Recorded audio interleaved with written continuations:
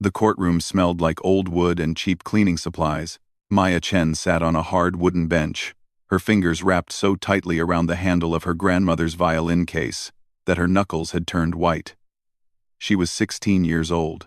She had not slept more than 3 hours in the past week, and in less than 20 minutes, a stranger in a black robe was going to decide whether she would ever see her little brother again. Ethan was 7.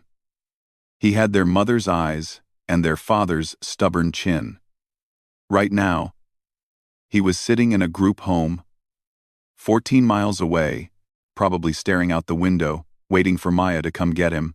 She had promised him she would. She had looked into his face 3 weeks ago, when the social workers came to take him, and she had said the words out loud.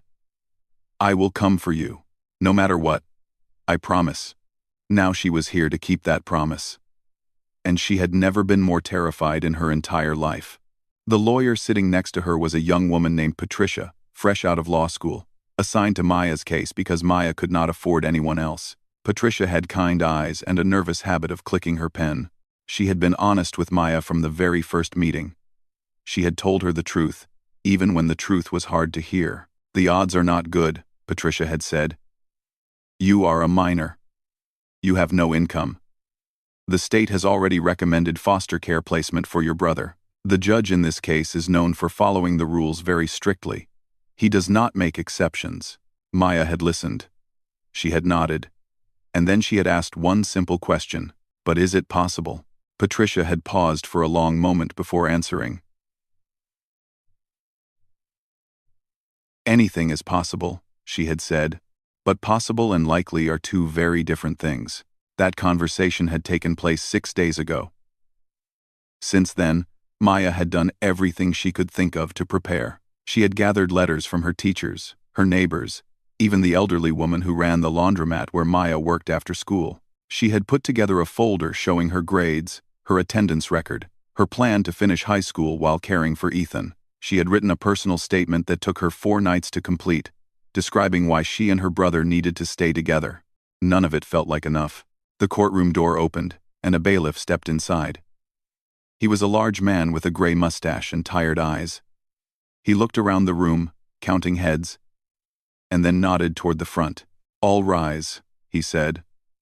"The Honorable Judge Richard Calloway presiding." Maya stood. Her legs felt unsteady beneath her.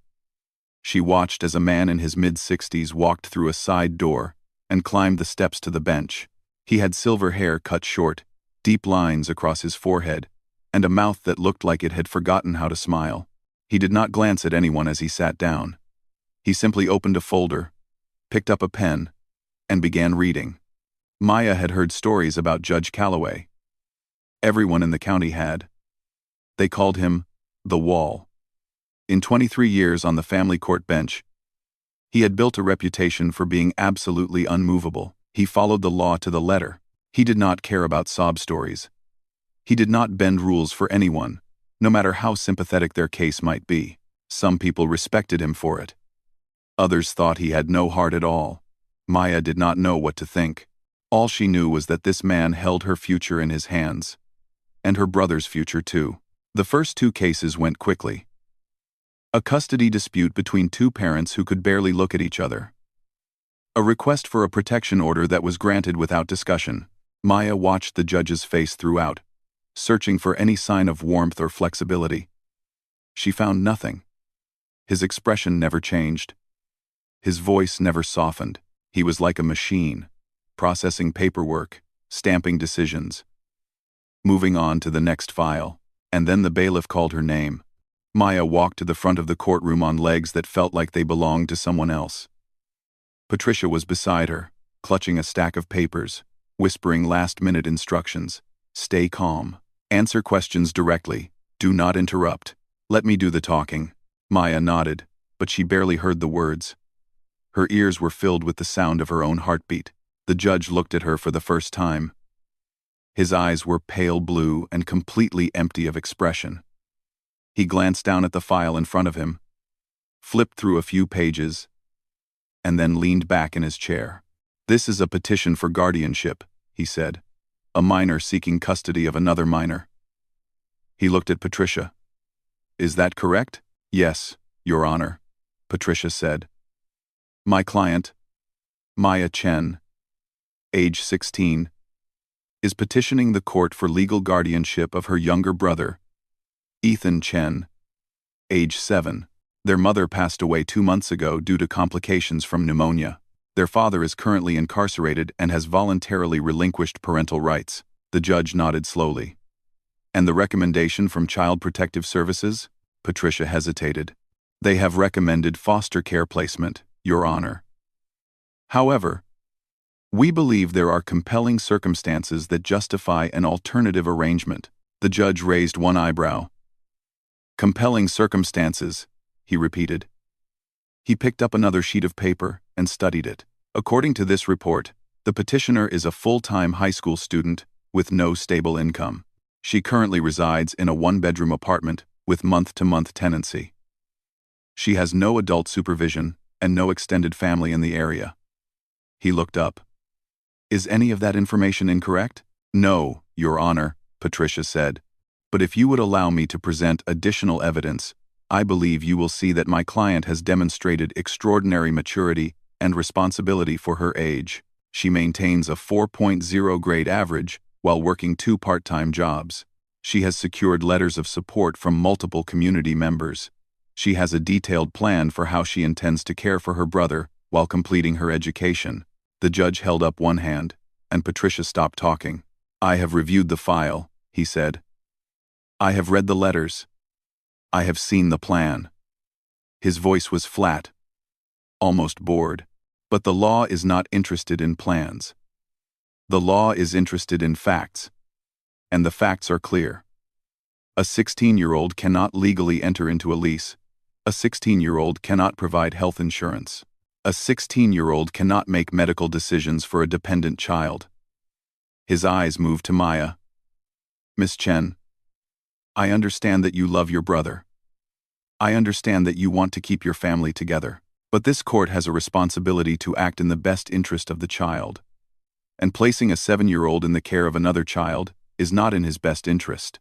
Maya felt the ground shift beneath her feet. She opened her mouth to speak, but no words came out. The judge closed the file.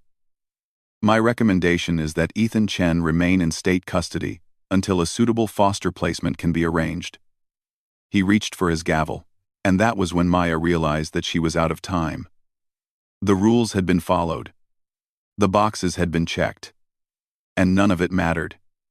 In 10 seconds, she was going to lose her brother forever, unless she did something that no one expected, unless she broke every rule in the room. Her hand tightened around the violin case at her side. Her grandmother's voice echoed in her memory, speaking words from years ago. Sometimes, child, the only way forward is through the music. Maya made her decision. Maya did not move. The judge's gavel was in his hand, raised and ready to come down. The bailiff had already turned toward the door, preparing to call the next case.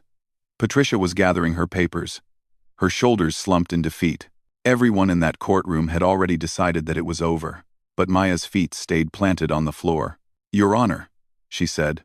Her voice came out small at first, barely louder than a whisper. She cleared her throat and tried again. Your Honor, please. I need you to listen to me. Judge Calloway's hand froze in midair. He looked at her with those pale blue eyes. And for a moment, something flickered across his face. It might have been surprise. It might have been annoyance. Maya could not tell. Miss Chen, he said slowly, the ruling has been made. Your attorney can file an appeal if she chooses, but this hearing is concluded. Maya shook her head. With respect, sir, I cannot leave this room without my brother. The bailiff stepped forward. He was a big man, broad across the shoulders, with hands that looked like they could crush a basketball. But when he reached Maya's side, he did not grab her arm. He just stood there, looking down at her with an expression that was hard to read. Miss, he said quietly, you need to step back now. Maya looked up at him. I promised him, she said. I promised my little brother that I would come back for him. I looked into his eyes and I gave him my word. She felt tears building behind her eyes, but she refused to let them fall. Do you know what it is like to make a promise to a 7-year-old? Do you know how much that means to them? The bailiff did not answer, but he also did not move. Judge Calloway set his gavel down on the bench. "Miss Chen," he said, his voice harder now, "I understand that this is difficult for you. I understand that you are in pain, but this court operates on law, not on emotion. I cannot make decisions based on promises. I cannot change the rules because your situation is sad." His eyes narrowed. "If I did that for everyone who came before me, the entire system would collapse." Maya felt something break inside her chest. It was not her heart. It was something else. It was the last thin thread of hope that she had been clinging to for weeks. The belief that if she just said the right words, if she just explained things clearly enough, someone would finally understand. But no one was going to understand. Not the judge. Not the social workers. Not any of the people who sat behind desks and made decisions about her life without ever really seeing her. She had one thing left. One final chance. Maya looked down at the violin case in her hand. It was old and battered, covered in scratches, and held together in one corner with silver duct tape. Her grandmother had given it to her 3 years ago. Just a few months before she passed away. Inside was a violin that was even older than the case. The wood was dark with age, and the strings had been replaced so many times that Maya had lost count. But when she played it, something magical happened. The sound that came out was warm and rich and full of feeling. It was like the instrument had a soul of its own. Her grandmother had believed that music could do things that words could not.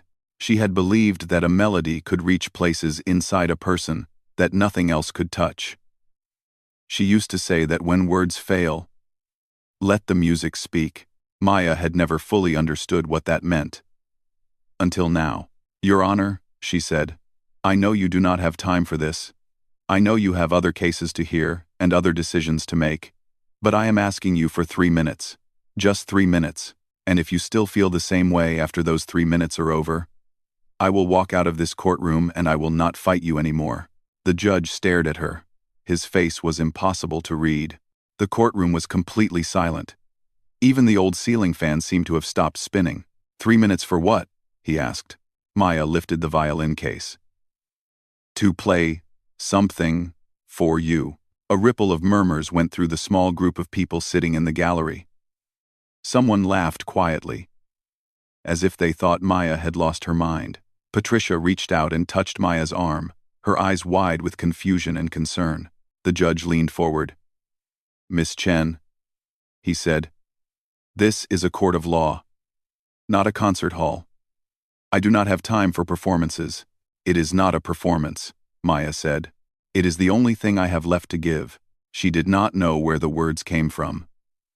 They seemed to rise up from somewhere deep inside her, from a place she did not even know existed. She felt strangely calm now, as if the storm inside her had finally settled into something still and clear. Judge Calloway looked at her for a long moment. His fingers drummed against the surface of the bench. The bailiff shifted his weight from one foot to the other. The clock on the wall ticked away the seconds. And then something changed in the judge's face. It was small, almost invisible, just a slight softening around the edges of his mouth. A tiny crack in the wall that he had built around himself. He sat back in his chair and folded his hands in front of him. "You have 2 minutes," he said. "Not 3. Maya nodded. 2 minutes was enough. It would have to be. She knelt down on the courtroom floor and opened the violin case. The smell of old wood and rosin drifted up to meet her. It was the smell of her grandmother's house. The smell of Sunday afternoons spent practicing scales while rain tapped against the windows. The smell of a life that was gone now, but not forgotten. She lifted the violin out of the case and tucked it under her chin. The wood was cool against her skin. She picked up the bow, feeling the familiar weight of it in her hand. Her fingers found their positions on the strings without her having to think about it. She did not know what she was going to play. She had not planned this. She had not practiced any particular piece. But as she closed her eyes and drew the bow across the strings, a melody began to emerge. It was the song her grandmother had taught her years ago. A song with no name, copied from an old piece of sheet music that had been tucked inside the violin case when her grandmother bought it from a charity shop. The notes were simple but beautiful, rising and falling like waves on a quiet ocean. Maya had played it for her mother in the hospital during those final days. She played it for Ethan every night before bed to help him sleep. It was the closest thing she had to a prayer. The first note rang out through the courtroom, and Judge Richard Calloway's face went completely white. His hands gripped the edge of the bench so hard that his knuckles turned pale. His mouth opened slightly, but no sound came out. His eyes, which had been so cold and distant just moments before, suddenly grew wide with something that looked almost like fear. Or maybe it was not fear, maybe it was something else entirely. Maya did not see any of this. Her eyes were closed, and she was lost in the music. She played the way her grandmother had taught her to play. Not with her fingers, not with her hands, but with her whole heart. The melody filled every corner of the room. It wrapped around the wooden benches and climbed the walls and hung in the air like morning mist. It was soft and sad and impossibly beautiful. And somewhere in the middle of that music, something impossible was happening. A man who had not cried in 3 years felt tears rolling down his cheeks. He did not wipe them away. He just sat there, frozen, listening to a song that no one else in the world was supposed to know. The melody lasted exactly 1 minute and 47 seconds. Maya played the final note and let it hang in the air, fading slowly into silence. Then she opened her eyes and lowered the bow. Her heart was pounding. Her hands were trembling. She had given everything she had, and now there was nothing left to do but wait. The courtroom was completely still. No one moved. No one spoke. Even the air seemed to hold its breath. Maya looked around, confused by the strange heaviness that had settled over the room. Patricia was staring at the judge with her mouth slightly open.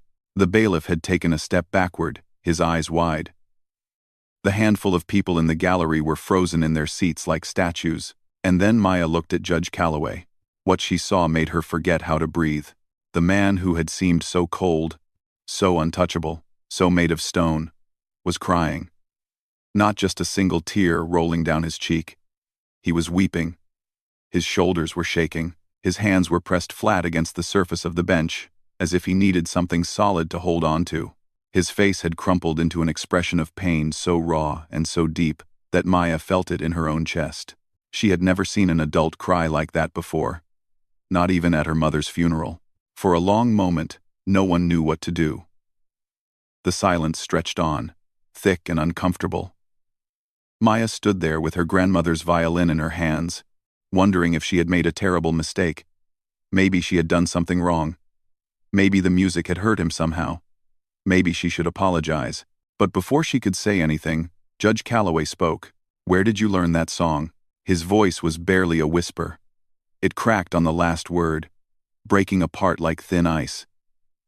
He was not looking at Maya.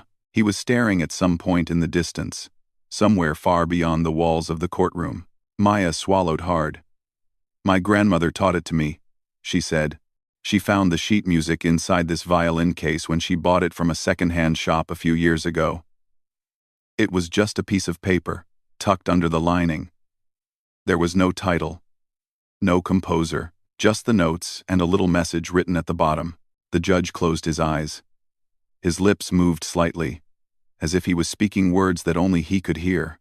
"What did the message say?" he asked. Maya remembered it perfectly. She had read those words 100 times, wondering about the person who had written them. It said, "For R, with all my heart." And it was signed with the letter E. A sound escaped from Judge Calloway's throat. It was something between a gasp and a sob. He pressed one hand over his mouth and turned his face away from the courtroom. His other hand gripped the edge of the bench so hard that his fingers turned white. Patricia leaned over and whispered in Maya's ear, "What is happening? Do you know what is going on?" Maya shook her head. She had no idea. All she knew was that something powerful had just occurred. Something that went far beyond anything she could have planned or imagined. The judge took several deep breaths. He pulled a handkerchief from his pocket and wiped his face. When he finally turned back to look at Maya, his eyes were red and swollen. But there was something different in them now. The coldness was gone. In its place was something that looked almost like wonder. "That song," he said slowly, "was written by my wife." The words landed in the room like stones dropped into still water. Maya felt the impact spread through her entire body. "Your wife?" she repeated. Judge Calloway nodded. His voice was steadier now, though still rough with emotion. "Her name was Eleanor. We were married for 41 years. She was a music teacher. Played the violin and the piano." He paused, and a sad smile crossed his face. "She composed that piece when we were courting. She called it her love letter to me. She said that words were not enough to describe what she felt, so she wrote it in music instead." Maya felt tears pricking at her own eyes now. She did not try to stop them. The judge continued. "Eleanor only ever played that song for me. In private. It was our secret. Our special thing. She recorded it once. On our 30th anniversary. Just her, playing alone in our living room." He shook his head slowly. "When she got sick, she started giving things away. She wanted her belongings to go to people who would use them, who would appreciate them. I did not know she had donated her old violin. I did not know the recording and the sheet music were inside the case." He looked at Maya with an expression of pure disbelief. "I thought that song was lost forever. I thought I would never hear it again." Maya did not know what to say. She looked down at the instrument in her hands, suddenly seeing it in a completely different light.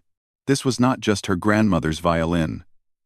It was a piece of someone else's love story. A bridge between two people who had been separated by death but somehow found a way to reach across the divide. "How did you come to have it?" the judge asked. His voice was gentle now, curious rather than demanding. Maya told him the whole story. How her grandmother had wandered into a charity shop 3 years ago, looking for a birthday present. How she had spotted the battered violin case in the corner, marked with a price tag of $12. How she had opened it up and found the instrument inside, along with the mysterious sheet music. She had given it to Maya because Maya had always wanted to learn to play. "I taught myself the song by ear," Maya said. "I did not know how to read music at first, but there was something about those notes that called to me.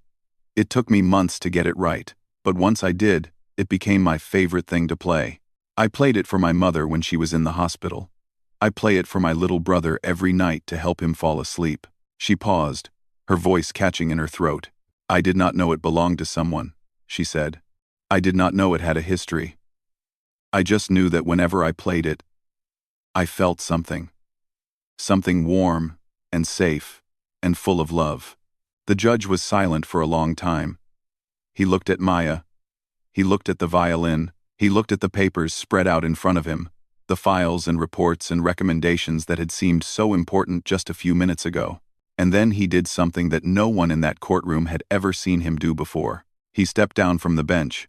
He walked across the courtroom floor, past the bailiff, past the lawyers, past the empty jury box. He stopped in front of Maya and stood there, looking down at her, with tears still glistening on his weathered cheeks. "My wife believed that music could heal things that nothing else could touch," he said quietly. "She believed that the right melody, played at the right moment, could change everything." He reached out and gently touched the top of the violin case. "I stopped believing that when she died. I stopped believing in a lot of things." He took a shaky breath. "But standing here right now, listening to her song come out of that old violin, played by a girl she never met, I think maybe she was right all along." Maya looked up at him. She did not see a judge anymore. She saw a man, a human being, who had loved someone deeply and lost her, a person carrying grief so heavy that he had built walls around his heart just to survive. She saw herself. "What happens now?" she whispered. The judge looked at her for a long moment.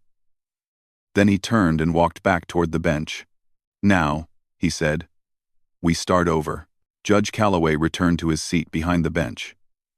He picked up his gavel, but he did not strike it. Instead, he set it aside and folded his hands in front of him. The tears had dried on his face, but his eyes still held a softness that had not been there before. "This court will take a 15-minute recess," he announced. His voice was calm but firm. "When we return, I would like to speak with the petitioner directly." He looked at Patricia. "Counselor, I trust you have no objection." Patricia shook her head quickly. "No objection, Your Honor." The judge nodded once, then stood and walked through the side door into his chambers. The heavy wooden door closed behind him with a quiet click. The moment he was gone, the courtroom erupted into whispers. People leaned toward each other, asking questions no one could answer. What just happened? Did you see his face? Who is that girl? Maya stood in the middle of it all, still holding her grandmother's violin, feeling like she had stepped into a dream and could not find her way out. Patricia grabbed her arm and pulled her toward a corner of the room. "Maya," she said, her voice low and urgent. "What was that? How did you know to play that song?" "I did not know anything," Maya said. "I just played the only thing I could think of. It was the song my grandmother loved, the song I play for Ethan." Patricia stared at her for a long moment. Then she let out a breath that sounded like it had been trapped inside her for hours. "Well," she said, "I have been practicing law for 2 years, and I have never seen anything like that. I do not know what is going to happen next, but something has changed. I can feel it." Maya nodded. But she could not bring herself to feel hopeful. Not yet. She had been disappointed too many times before. She had learned that hope was a dangerous thing to carry when you had nothing left to lose. She sat down on the wooden bench and placed the violin case on her lap.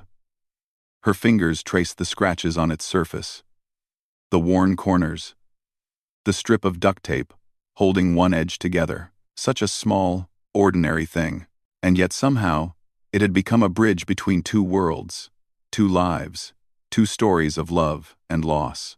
She thought about the woman who had owned this violin before her grandmother, Eleanor, the judge's wife, a music teacher who believed that melodies could say things that words could not. Maya wished she could have met her. She wished she could have thanked her for the gift she did not even know she was giving. The 15 minutes passed slowly. Maya watched the clock on the wall, counting the seconds. When the side door finally opened and Judge Calloway walked back in, she felt her heart jump into her throat. He looked different now. His robe was the same. His silver hair was the same. But something in his posture had shifted. He moved more slowly, more carefully, like a man carrying something fragile. "Everyone, please be seated," the bailiff called out. The judge settled into his chair and looked directly at Maya. "Miss Chen," he said, "I would like to ask you some questions. Not as a judge examining a case, but as a person trying to understand another person. Is that acceptable to you?" Maya nodded. "Yes, Your Honor." "Good." He leaned forward slightly. "Tell me about your life. Not the facts on paper. Not the reports and the recommendations. Tell me what your days actually look like." Maya was not sure where to begin. She glanced at Patricia, who gave her an encouraging nod. "I wake up at 5:30 every morning," Maya said. "I make breakfast for myself and pack a lunch. Then I go to school. After school, I work at the laundromat until 6. 3 nights a week, I also work at a restaurant, washing dishes. I get home around 9 or 10, and then I do my homework." The judge listened without interrupting. "And your grades?" he asked. "I have a 4.0 average," Maya said. "I have never missed a day of school, except for the week my mother was in the hospital at the end." "How do you manage that?" the judge asked. "Working 2 jobs and keeping perfect grades?" Maya thought about the question.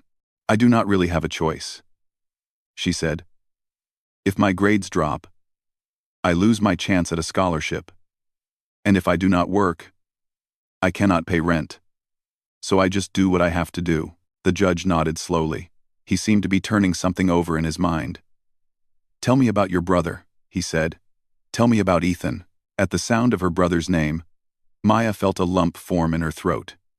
She swallowed hard and tried to keep her voice steady. "Ethan is 7 years old," she said. "He is smart and funny and kind. He loves dinosaurs and baseball and drawing pictures. He used to follow our mother around the house, asking her a million questions about everything. Why is the sky blue? How do birds fly? What makes thunder? She smiled at the memory. He drove her crazy sometimes, but she loved it. She said his curiosity was his superpower. The smile faded from Maya's face. When our mother got sick, Ethan did not understand what was happening. He just knew that she was tired all the time and could not play with him anymore. I tried to explain, but how do you explain something like that to a 7-year-old? She paused, steadying herself. After she passed, Ethan stopped asking questions. He stopped drawing. He barely talked at all. The only time I could get him to relax was at night, when I played the violin for him. That song, the one I played for you. It was the only thing that could make him feel safe enough to fall asleep. The judge's expression was unreadable, but his eyes never left Maya's face. And now he is in a group home, he said quietly. Maya nodded. They took him 3 weeks ago. I visit him every day, but I can only stay for an hour. Every time I leave, he stands at the window and watches me walk away. He does not cry anymore. He just watches. And that is worse. Somehow. The crying I could handle. But the silence. The way he has just accepted that everyone he loves is going to leave him. She shook her head. I cannot let that become his life. I cannot let him grow up believing that no one will stay. The courtroom was silent. Even the people in the gallery, who had been whispering earlier, were completely still now. Judge Calloway cleared his throat. Miss Chen, he said, I have been on this bench for 23 years. I have heard thousands of cases. I have made decisions that affected the lives of countless children and families. And I have always believed that following the law was the same as doing the right thing. He paused, and something flickered in his eyes. My wife used to argue with me about that. He continued. She would say that the law was just a framework, a starting point. She believed that true justice required something more.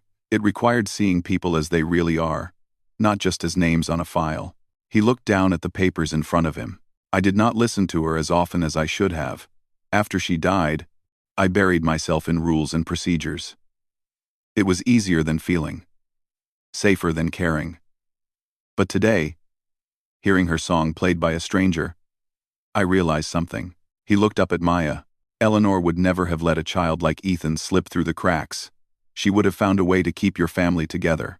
And if I call myself a man who loved her, then I need to ask myself what she would want me to do right now. Maya held her breath. She could feel the weight of the moment pressing down on her chest. The judge picked up his pen and began writing something on the paper in front of him. His hand moved slowly, deliberately, each stroke of the pen carrying the weight of everything that had happened in this room. When he finished, he set the pen down and looked at Maya one more time. I am not done reviewing this case, he said. But I want you to know something. Whatever happens next, you have already changed something today. You reminded me of who I used to be. Who I want to be again. He took a deep breath. Court will reconvene tomorrow morning at 9 o'clock. Until then, Miss Chen, I suggest you get some rest. He almost smiled.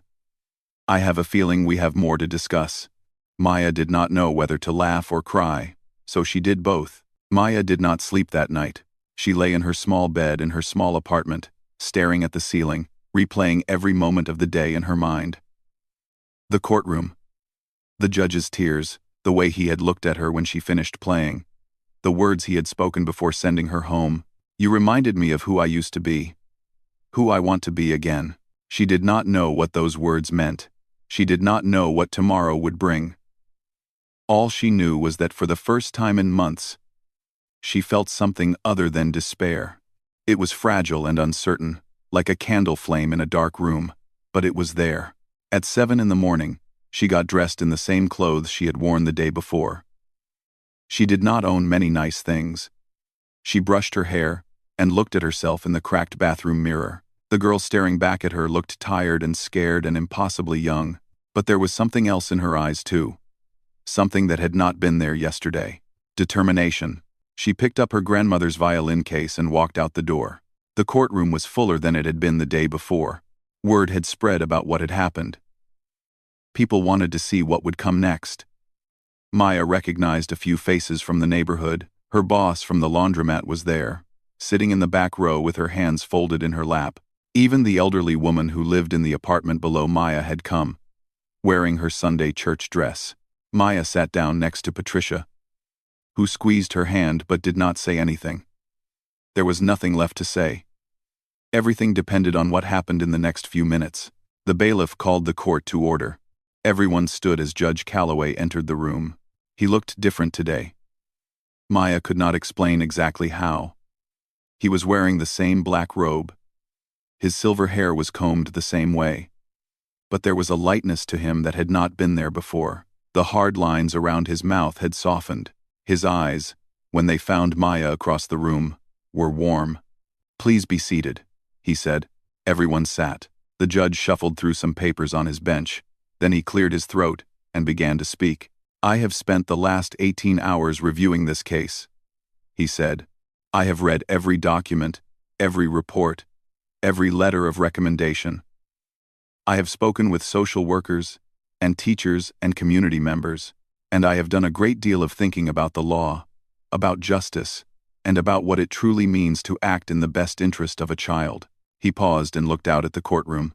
"For most of my career, I believed that following the rules was enough. I believed that if I applied the law fairly and consistently, justice would take care of itself. But yesterday, something happened that made me question everything I thought I knew." His eyes moved to Maya. "A 16-year-old girl stood in my courtroom and refused to give up. When I told her the law was not on her side, she did not argue. She did not beg. Instead, she played a song on a violin that once belonged to my late wife. A song I thought I would never hear again." A murmur went through the gallery. The judge waited for it to settle before continuing. "I do not believe in coincidences," he said. "I believe that things happen for a reason, even when we cannot see the reason at the time. My wife Eleanor believed that too. She used to say that the universe has a way of putting the right people in the right place at the right moment. All we have to do is pay attention." He picked up a piece of paper from his desk. "The law says that a minor cannot be granted guardianship of another minor under normal circumstances. The law says that a child without stable income or adult supervision should be placed in state care. The law says a lot of things." He set the paper down. "But the law also allows for exceptions in extraordinary circumstances. And if what happened in this courtroom yesterday was not extraordinary, then I do not know what is." Maya felt her heart stop. The judge looked directly at her.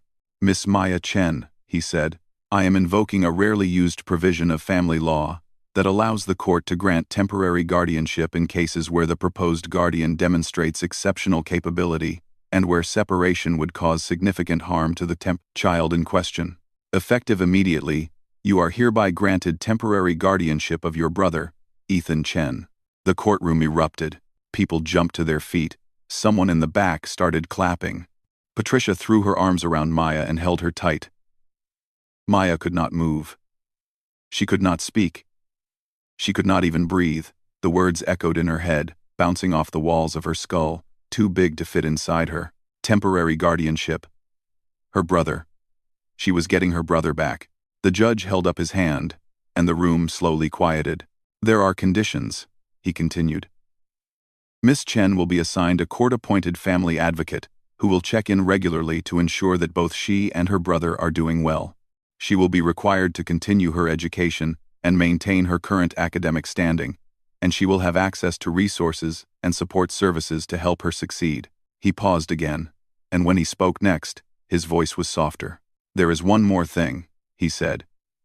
"This is not part of the official ruling. This is something personal." Maya looked up at him through her tears. "My wife and I never had children of our own," the judge said. "It was one of her great regrets. She always wanted to help young people, especially those who had to fight harder than others just to survive. Before she died, she set up a small fund for educational scholarships. It has been sitting untouched for 3 years because I could not bring myself to do anything with it." He took a deep breath. "I would like to offer that scholarship to you, Miss Chen. Full tuition, books, and living expenses for any college or university that accepts you. The only requirement is that you keep doing what you are already doing. Keep fighting. Keep caring.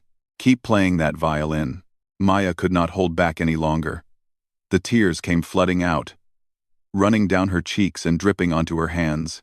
She did not try to stop them. She did not want to. "Thank you," she whispered. It was all she could manage to say. The judge smiled. It was the first real smile Maya had seen on his face. It changed everything about him. He looked younger, kinder, human. "No, Miss Chen," he said. "Thank you." 3 hours later, Maya stood outside the group home where her brother had been staying. Her hands were shaking. Her heart was pounding so hard she could feel it in her fingertips. She watched the front door, waiting. And then it opened. Ethan came running out like a bullet. His small legs carried him across the grass so fast that he nearly tripped twice. He did not slow down. He did not stop. He just ran and ran until he crashed into Maya's arms with enough force to knock her backward. She held him so tight she was afraid she might break him. But she could not let go. She would never let go again. "You came back," Ethan said into her shoulder. His voice was muffled, but she could hear the tears in it. "You came back for me. I promised," Maya said. "I told you I would. And I always keep my promises." They stood there for a long time, two children holding on to each other in the afternoon sun. The world kept moving around them. Cars passed on the street. Birds sang in the trees. Somewhere in the distance, a dog barked. But for Maya and Ethan, time had stopped. They were a family again. 6 months later, Judge Richard Calloway announced his retirement. At his farewell ceremony, he stood before a room full of colleagues and friends and spoke about what he had learned in his final year on the bench. "I spent decades believing that justice lived in the law," he said. "But a 16-year-old girl with a second-hand violin taught me that justice sometimes lives in the spaces between the rules. In the grace we extend when procedure falls short, in the courage it takes to listen when everything tells us to look away." He smiled, and his eyes were bright with tears. "My wife sent her to remind me," he said, "and I will spend the rest of my life grateful that I finally listened." Maya went on to graduate at the top of her class. She attended college on the Eleanor Calloway Music Scholarship and studied both law and music. Today, she works as a family court advocate, fighting for children who have no one else to speak for them. And every night, no matter how tired she is, she plays Eleanor's lullaby for Ethan, just like she promised she always would. Some melodies are written in heaven, and some promises are meant to be kept forever.